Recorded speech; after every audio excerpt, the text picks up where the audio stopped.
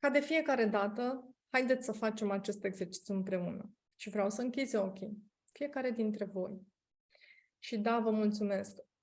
O informație revelatoare, minunată, revelatoare, intensă, cu multe întrebări. Ok. Plină de informații utile, mulțumesc. Bun. Super. Observ reacțiile voastre și citesc comentariile voastre și mă bucur enorm de mult. Mulțumesc frumos. Pe mine m-a pus pe gânduri, ne spune Simona, ceea ce am auzit. Ok, asta și doream, de fapt, da? Și aș vrea să aflu mai multe. Mai multe lucruri vom afla și în zilele următoare. Minunată și m-a pus pe gânduri cu cine am stabilit din neamul meu loialități. Foarte adevărate. Revelatoarea a fost seara aceasta. Mi-a arătat foarte multe direcții unde pot fi rădăcinile situației mele actuale. Foarte bine, Dumitrița. Mulțumesc mult de tot. Dacă v-am ridicat aceste întrebări, dacă v-am pus aceste întrebări și iată, voi continua să vi le puneți și să explorați, este minunat ceea ce se întâmplă. Practic, trainingul meu, da, ceea ce facem noi aici împreună, da, își atinge scopul. S-au aprins multe beculețe, mulțumesc mult. Ok, mă bucur mult de tot că s-au aprins multe beculețe. Bun, ok, haideți să închidem ochii. Da, pe fiecare dintre voi am să vă rog să închideți ochii. Și ca de fiecare dată o să te rog să fii sinceră, să fii sincer cu tine. Vreau să-ți iei un moment de liniște și să afli răspunsul la întrebările pe care eu ți le adresez.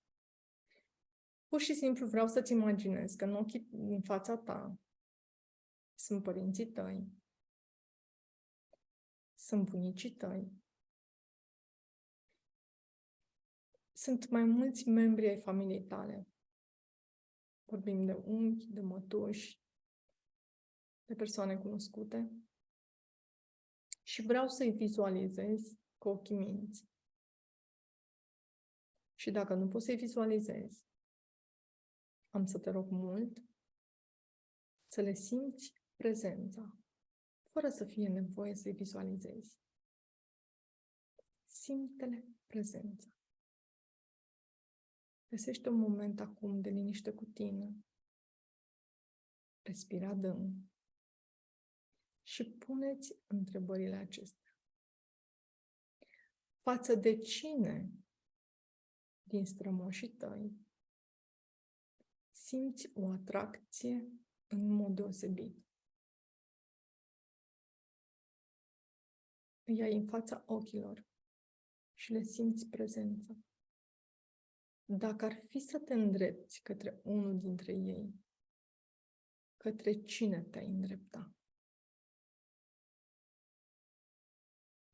Fii curioasă, fii curios și află răspunsul la aceste întrebări într-o stare de liniște, de calm, de sinceritate și de curaj.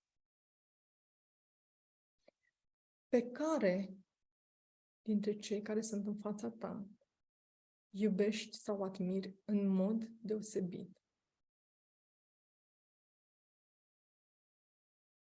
Pe care iubești mai mult? Pe care admiri mai mult din cei pe care îi ai în fața ta acum, când tu ești cu ochii închiși și vizualizezi sau să le simți prezența? Sau față de care simți cea mai mare teamă sau aversiune? Rămâi cu tine un pic și răspunde la fiecare întrebare. Care sunt asemănările și deosebirile pe care poți să le identifici acum față de persoana către care te-ai îndreptat? Observă fiecare palier al vieții tale.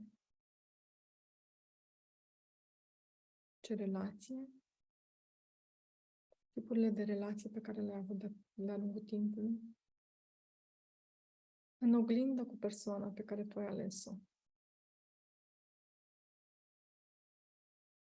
Uită-te la carieră, uită-te la job, uită-te la relația cu banii, la sănătate și orice aspect care ție-ți vine în minte acum.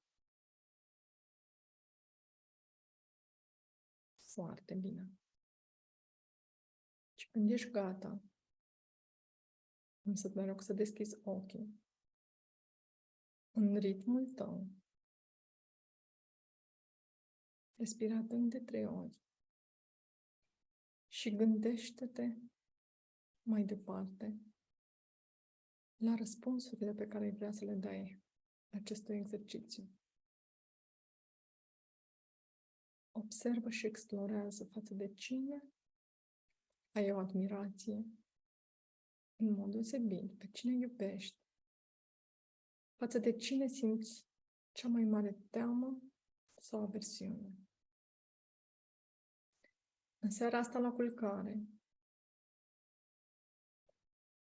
programează-ți subconștientul să lucreze în beneficiul tău și să-și amintească mâine dimineață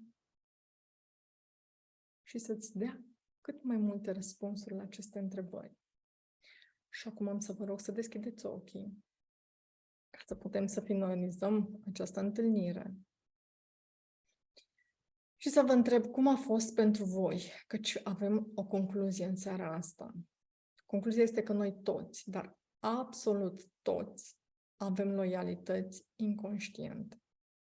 Pentru că facem parte dintr-o familie, facem parte dintr-un neam. Ne asemănăm cu anumiți membri ai neamului nostru. Să nu uităm că ceea ce este bun, mulțumim și onorăm. Iar ceea ce este mai puțin constructiv, eliberăm și vindecăm. Cu alte cuvinte, mă desprind de cercul vicios și repetitiv al neamului meu și iau din moștenirea pe care eu am luat-o și pe care am primit-o la nașterea mea, am tot ce am nevoie ca să scriu propria poveste de viață în Cartea de Aur. Dragilor, iată, primesc feedback-uri de la voi, o seară minunată care au deschis multe semne de întrebare. Foarte frumos, în discuții de purtat și investigat. Da, Alina Cot, foarte frumos. Mulțumesc frumos, Beatrice. Mulțumesc pentru seara aceasta, dragilor, și eu vă mulțumesc mult de tot. Și mă bucur că, iată, facem împreună acești pași către vindecare. Că vă dau această informație, care sper din tot sufletul să fie utilă și să vă ajute mai departe. Ok. Am să vă rog, ca de fiecare dată, și astă seară, după ce închidem sesiunea, pe cei care vreți să împărtășiți cu noi pe grup, să ne spuneți opinia voastră, trăirile voastre despre acest exercițiu și despre tot ce am împărtășit în această sesiune. Așa putem să ne ajutăm unii pe alții.